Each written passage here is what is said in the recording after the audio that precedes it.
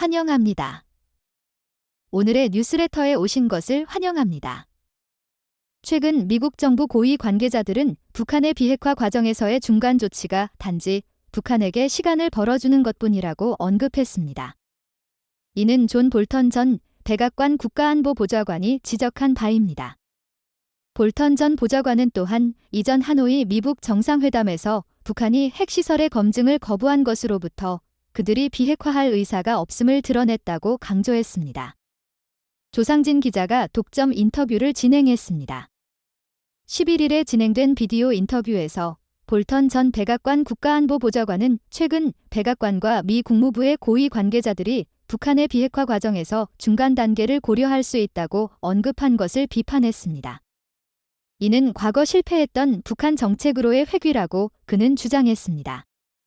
중간 조치를 취함으로써 김정은에게 그의 핵 및 탄도미사일 프로그램을 빠르게 발전시킬 추가 시간을 주는 것이며 북한이 자유를 대가로 많은 약속을 하더라도 그 약속들을 이행하지 않을 것임을 지적했습니다. 판매 수수료에 대한 경제적 혜택을 선불로 제공하는 것과 비핵화 성과에 대한 구매 환급 수수료를 지급하는 것을 비교하면서 중간 조치가 북한의 경제적 이익을 확대할 수는 있지만 비핵화를 일으키지 않는다는 것은 놀라운 일이 아니라고 말했습니다. 볼턴 전 보좌관은 과거에 북한이 비핵화를 거부했으며 비핵화할 의사가 없다고 비판했습니다. 이와 관련하여 미국 국무부 대변인 매튜 밀러는 지난 5일 기자회견에서 북한의 비핵화 과정에서 중간 단계를 고려하는 것이 바이든 정부의 북한 정책을 변경하는 것을 의미하지 않는다고 말했습니다. 한편 볼턴 전 보좌관은 만약 도널드 트럼프 전 대통령이 11월 미국 대통령 선거에서 재당선된다면 이전의 고위급 회담 및 대외 정책에 대한 정책 변경이 있을 수 있다고 언급했습니다.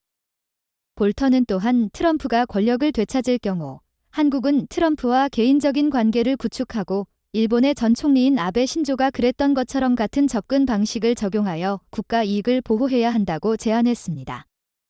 보아 뉴스의 조상진.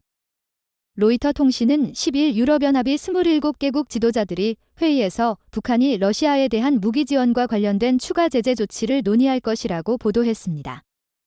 27개국 지도자들은 러시아의 우크라이나 침공을 지원하는 국가들, 예를 들어 북한, 이란, 벨라루스에 대한 추가 제재 조치를 준비하도록 유럽연합위원회에 요청할 것으로 예상되며 이는 다가오는 브뤼셀, 벨기에에서 열릴 회의의 공동 성명 초안에 포함될 것입니다. 앞서 유럽연합위원회는 우크라이나 전쟁과 관련해 러시아에 대한 13번째 제재 명단에 북한의 국방부장 강선남과 북한의 미사일 기관을 포함시켜 유럽연합이 북한에 대해 갈등과 관련된 제재를 공개한 첫 사례를 만들었습니다. 유럽연합위원회의 우르줄라 폰데어 라이엔 위원장은 그날 유럽의회 전체 회의에서 이란 및 기타 국가들에 대해 발언하며 러시아의 탄도미사일 제공 행위에 대해 추가 제재 조치로 대응할 준비가 되어 있다고 경고했습니다. 한국통일부는 평양이 경제 분석을 위한 위성 이미지와 인공지능을 통해 분석한 결과 지난 2년 동안 경제가 감소했다고 발표했습니다.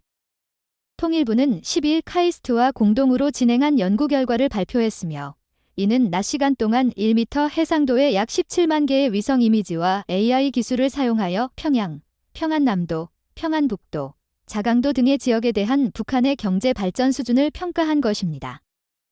연구팀은 그 후 국제 제재와 북한의 핵 및 미사일 개발, 코비드-19 팬데믹이 북한의 경제 발전에 미친 영향을 분석하고 지난 2년간의 경제 발전이 이전 3년에 비해 절반에 불과하다는 결론을 내렸습니다. 특히 평양 중심부의 경제 발전은 더욱 감소하여 기록되었으며 2020년부터 2021년까지의 팬데믹과 국경 폐쇄로 인해 북한 중심 지역의 경제가 그 어느 때보다 큰 타격을 받았습니다. UN 식량농업기구 FAO는 북한을 18년 연속 외부 식량 지원이 필요한 국가로 명단에 올렸습니다. FAO가 최근 발표한 생산 전망 및 식량 상황 보고서에서는 식량 지원이 필요한 45개 국가를 평가했으며 특히 식량 소비량이 낮고 국민들이 다양한 식품 그룹을 섭취할 수 없는 북한을 지적했습니다. 북한의 약한 경제 상황에서 올해 상반기에 식량 안보 상황도 매우 불안정할 것으로 예측됩니다. 외부로부터 식량 지원이 필요한 국가들 중에서 아프리카가 33개국으로 가장 많고 그 다음이 아시아의 9개국이며 북한은 2007년 이 조사가 시작된 이후 계속해서 FAO에 의해 명단에 올라와 있습니다. 한국인 한 명이 러시아 극동 지역인 블라디보스토크에서 스파이 혐의로 체포되었습니다. 이 사람은 현지에서 북한 난민 구조 활동에 참여한 것으로 러시아와 한국 언론에서 보도되었습니다. 한국의 연합뉴스는 12일 최근 러시아 당국에 의해 체포된 한국인 백 씨가 러시아 극동 지역에서 주로 활동하며 북한과 관련된 미션과 특히 북한 난민 구조 및 인도주의적 선교 활동에 참여했다고 보도했습니다.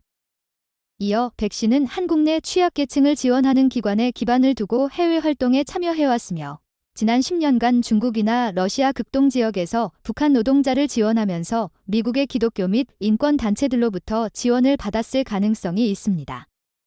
러시아의 TASS 통신은 11일 백 씨의 체포 사실을 보도하며 한국인이 스파이 범죄 조사 과정에서 식별되었고 백 씨가 올해 초 블라디보스토크에서 구금된 후 지난달 모스크바로 이송되어 추가 조사를 받고 현재 구금 중임을 알렸습니다.